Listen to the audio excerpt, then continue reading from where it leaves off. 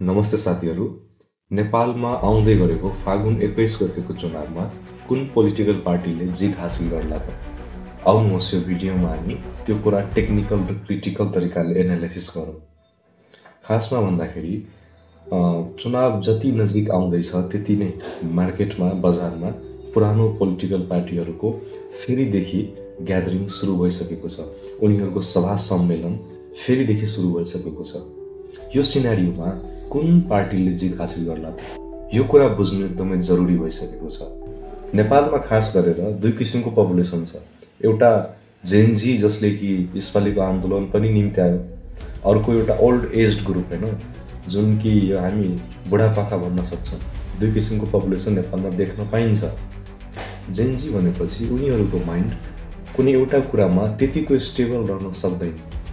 मैले यहाँ यो भन्न खोजेको होइन कि जेनजीसँग विल पावर हुँदैन या उनीहरू अनस्टेबल हुन्छ, मैले त्यो भन्न खोजेको होइन।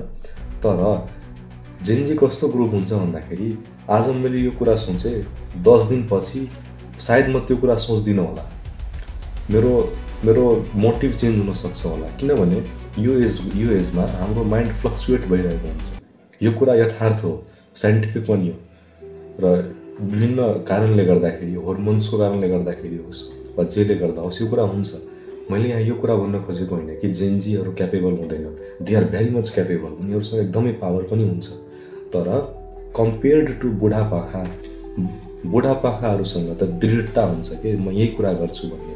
एकतर्फ देशका बुढापाकाहरू जसले कि 10औं 20औं 50औं वर्ष कुनै एउटा पार्टीलाई दिएको हुन्छ।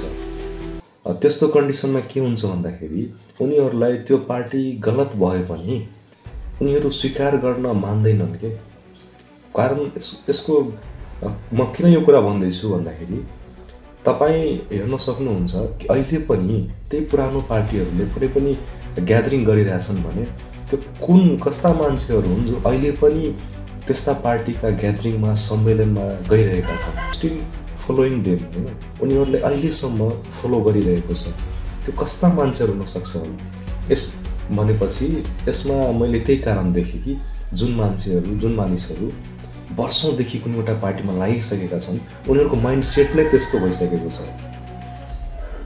उनीहरू दृढ भइसकेका छन् कि कम्पेयर्ड टु जेनजी हाम्रो के छ भन्दाखेरि हाम्रो माइन्ड उनीहरूको कम्पेरिजनमा त्यतिको स्टेबल हुँदैन कि। सो यसले हामीलाई नै घाटा हुन्छ। तर त्यही भएर म वान सेकेन्ड भन्न चाहन्छु कि जुन कारणले हामीले यो आन्दोलन गऱ्यौँ, जुन कारणले जेनजीले आफ्नो कन्ट्रिब्युसन दियो, आफ्नो बलिदान दियो, त्यो व्यर्थ नजाओस् र त्यसको लागि हामीलाई एकजुट भएरै बस्नुपर्ने हुन्छ।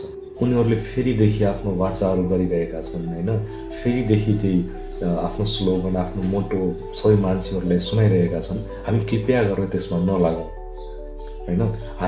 हामी पनि उनीहरू जस्तै दृढ भएर नेपालमा नयाँ पार्टी नै आउनुपर्ने हुन्छ, नयाँ मान्छे नै प्रधानमन्त्री बन्छ भन्ने कुरामा हामी दृढ हुनु पर्यो क्या।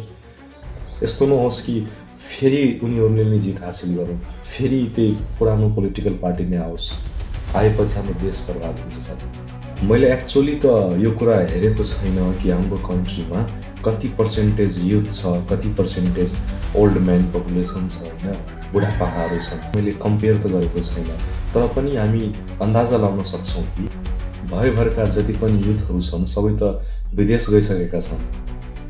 कतिले भोट हाल्छन् होला, कतिले हाल्दैनन्, यो कुरा अब उनीहरूमाथि पनि डिपेन्ड छ। तर पनि मोटामोटी भन्दाखेरि हाम्रो देशमा म्याक्सिमम पपुलेसन ओल्ड एज ग्रुपकै छ जस्तो मलाई लाग्छ। त्यही भएर साथीहरू, तपाईँ हामी एकदमै कन्सियस हुनुपर्छ, नत्र देश फेरि अर्कैकै हातमा जान्छ। हामी सबै युथ कन्सियस हौँ भने हाम्रो देश बन्न सक्छ। हामी सबै युथले यसपालिको इलेक्सनमा भोट गरौँ र यही मेरो हम्बल रिक्वेस्ट हो यो सबै देशको युथको लागि खासमा। र त्यो पुरानो पार्टीहरूको ग्यादरिङमा नजाउँ, उनीहरूको स्लोगन, उनीहरूको मोटिभ नसुनौँ, हाम्रो देश फेरि बिग्रिन सक्छ, होइन। त्यही भएर आज ती भन्ने भिडियोले अन्त्य गर्न चाहन्छु। चुनाव जसले जिते पनि तपाईँ हामी कन्सियस भएपछि चुनाव नयाँ पोलिटिकल पार्टीले नै जित्नेछ, नयाँ मान्छेहरूले नै जित्नेछ भन्ने आशा छ। हस्त साथीहरू, धन्यवाद।